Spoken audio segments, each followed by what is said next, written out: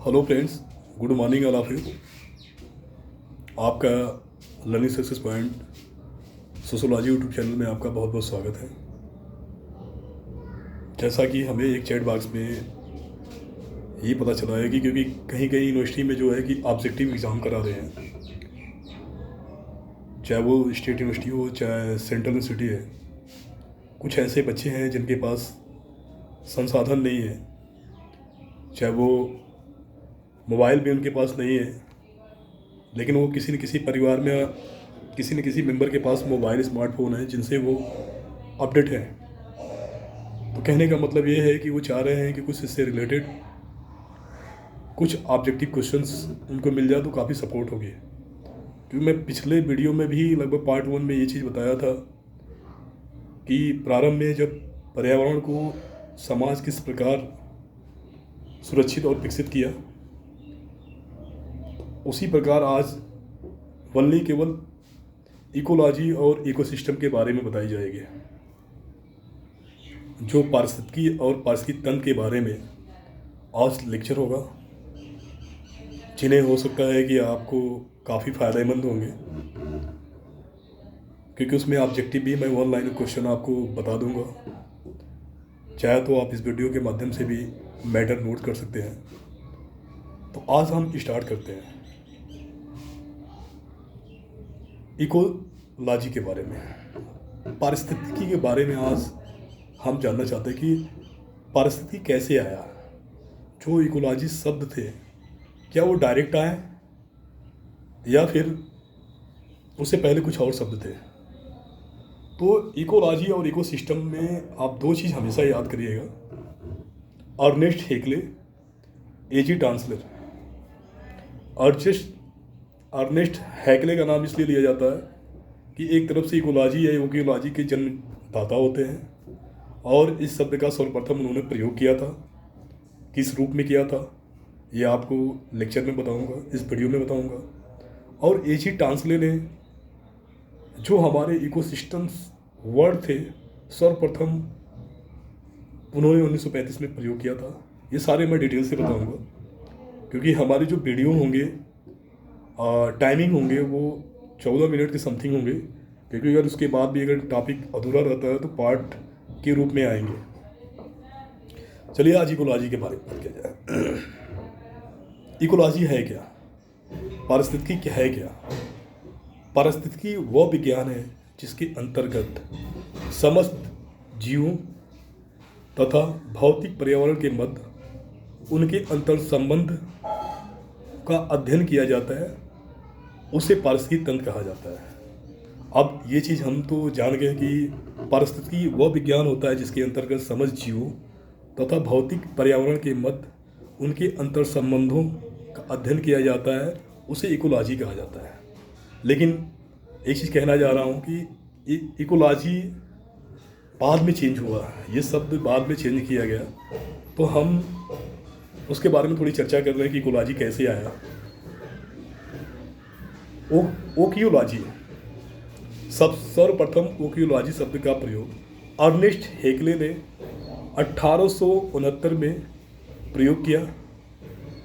हेक्ले द्वारा ओकियोलॉजी जो है ग्रीक भाषा के दो शब्दों से मिलकर बना है।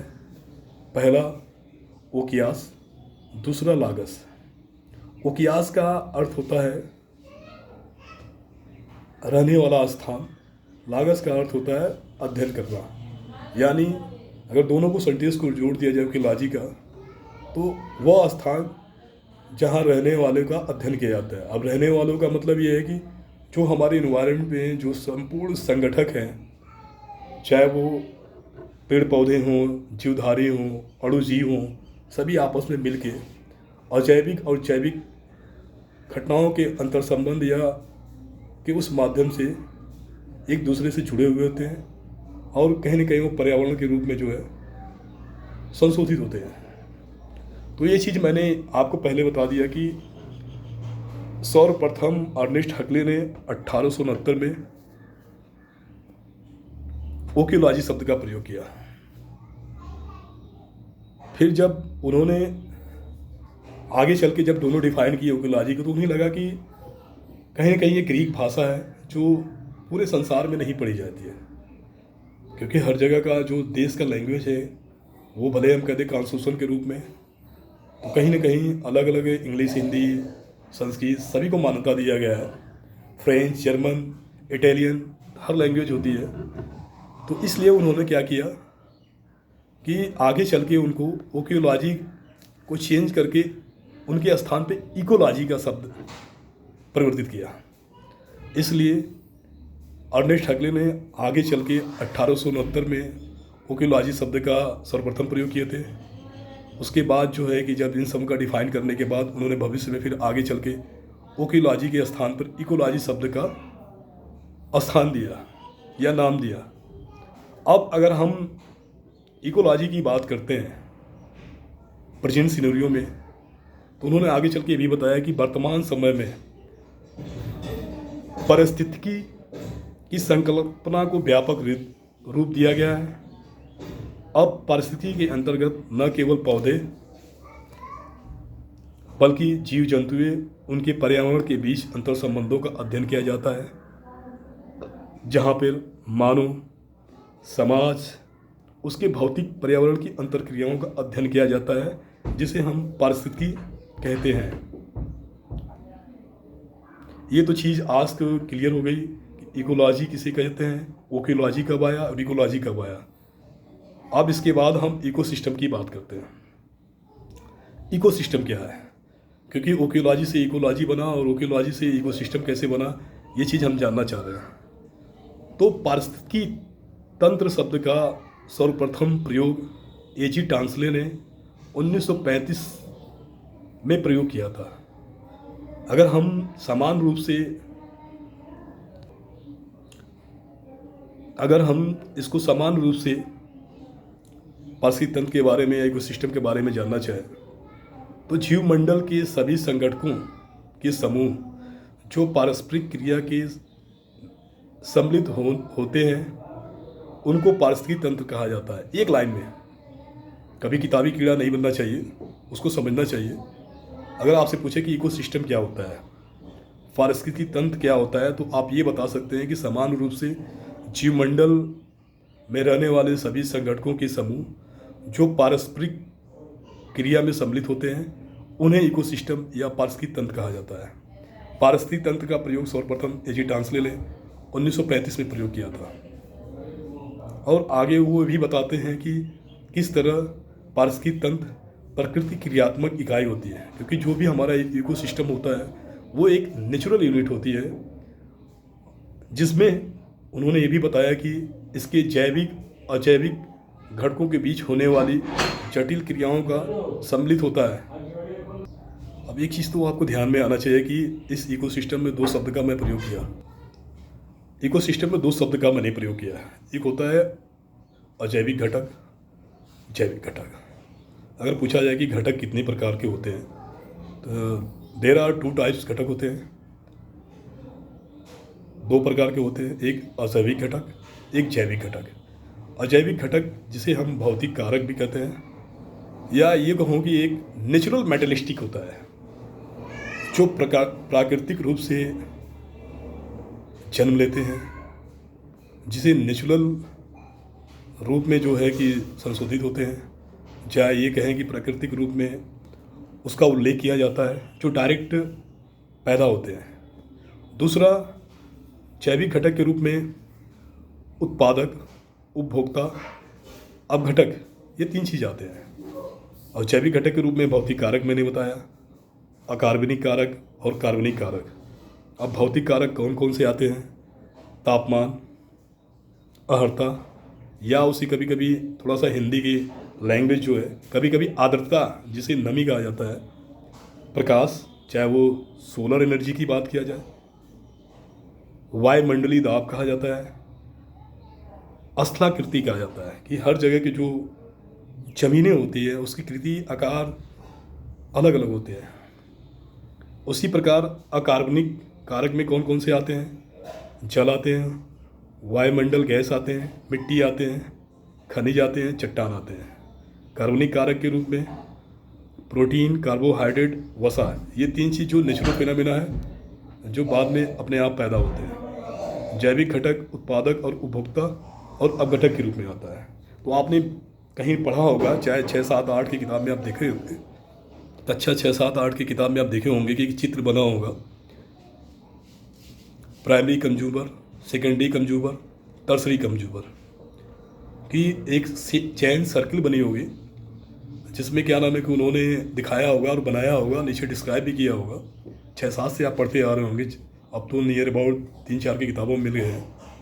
तो कहीं ना कहीं वो चीज़ आप देखिए, उसका मतलब ये था कि एक घास को जो है टिड्डा या छोटी कीट पतंगे खाते हैं, उस किस कीट पतंगों को मेढक खाता है और मेढक को सर्प या स्नेक खाता है और स्नेक को पिकाक या मोर खाता है। फिर वो जो है कि अपघटक हो जाते हैं जब सभी जो, क्योंकि उस चेन सिस्टम को भी उसमें प्राइमरी कंज्यूमर, सेकेंडरी कंज्यूमर एक दूसरे पर निर्भर बताया गया है। फिर बाद में वो मर जाते हैं, फिर उस ज़मीन में हो जाते हैं, मिल जाते हैं। इस तरह उन्होंने बात किया गया। तो मैंने जैविक घटक और अजैविक घटक के रूप में ये चीज़ें मैंने क्लियर कर दिया। तो आज ये चीज़ें थी।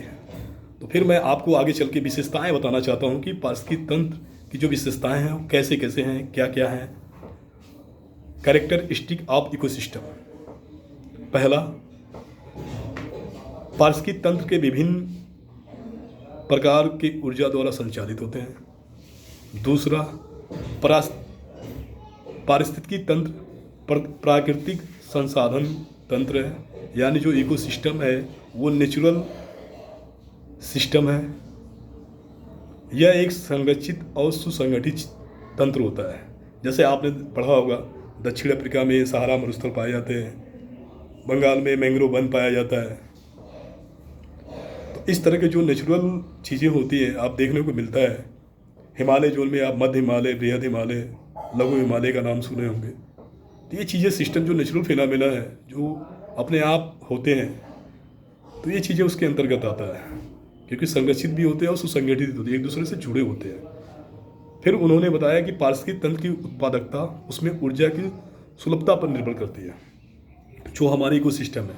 अब इसको समझने की बात यह है कि अगर हम घर में पेड़ लगाते हैं, चाहे आंगन और खेत में पेड़ लगाते हैं, तो कहीं ना कहीं सोलर एनर्जी, जो अजैविक घटक होते हैं, जो अकार्बनिक एलिमेंट होते हैं, कहीं ना कहीं उसके माध्यम से, चाहे भौतिक कारक के माध्यम से, प्रकाश संश्लेषण के माध्यम से अपना भोजन बनाता है और पौधों में ग्रोथ देखा जाता है। ठीक है, तो वो कितना बढ़ता है, कैसे होती है, सब चीज़ चेक की जाती है। तो वो चीज़ होता है। फिर उन्होंने बताया कि पारिस्थितिकी तंत्र एक खुला तंत्र है, जिसमें पदार्थों तथा ऊर्जा का सतत निवेश, जिसे इंग्लिश में इनपुट और बहिर्गमन, आउटपुट होता है। मतलब कहने का मतलब कि जो इकोसिस्टम के विभिन्न, जो इकोसिस्टम एक ओपन सिस्टम होता है, क्योंकि पारिस्थितिकी तंत्र हमेशा खुला तंत्र होता है, जिसमें पदार्थों तथा ऊर्जा का सतत निवेश और बहिर्गमन दोनों होता है, क्योंकि आउटपुट इनपुट दोनों होता है। अब ऐसा तो है नहीं कि पेड़ जो है ऑक्सीजन देता है, लेकिन कहीं ना कहीं वो कार्बन डाइऑक्साइड और O2 और CO2 दोनों पे डिपेंड होता है। इसलिए हम कहते हैं कि दोनों पे डिपेंड होता है, एक आउटपुट भी है तो इनपुट भी है। उसी प्रकार उन्होंने आकार के आधार पर इनको कई इकोसिस्टम को कई भागों में डिवाइड किया था। तो एक छोटा सा बात मैंने कह रहा हूँ कि जैसे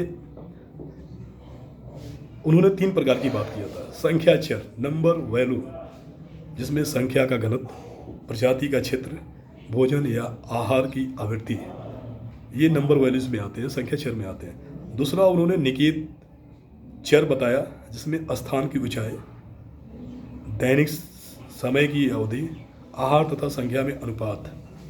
तीसरा आवास चर, जिसमें उच्चावच या ऊंचाई या ढाल की मृदा या मृदा की उर्वरता।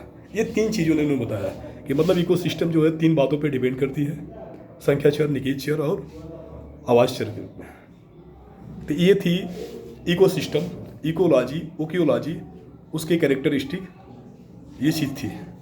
और नेक्स्ट चैप्टर आपको इकोसिस्टम या इकोलॉजी को सोसाइटी से जोड़ा जाएगा, पार्ट के रूप में आएगी, जिसमें सोशोलॉजी ऑफ एनवायरनमेंट के सही बच्चों को फ़ायदा मिलेगा। Thank you so much for connecting.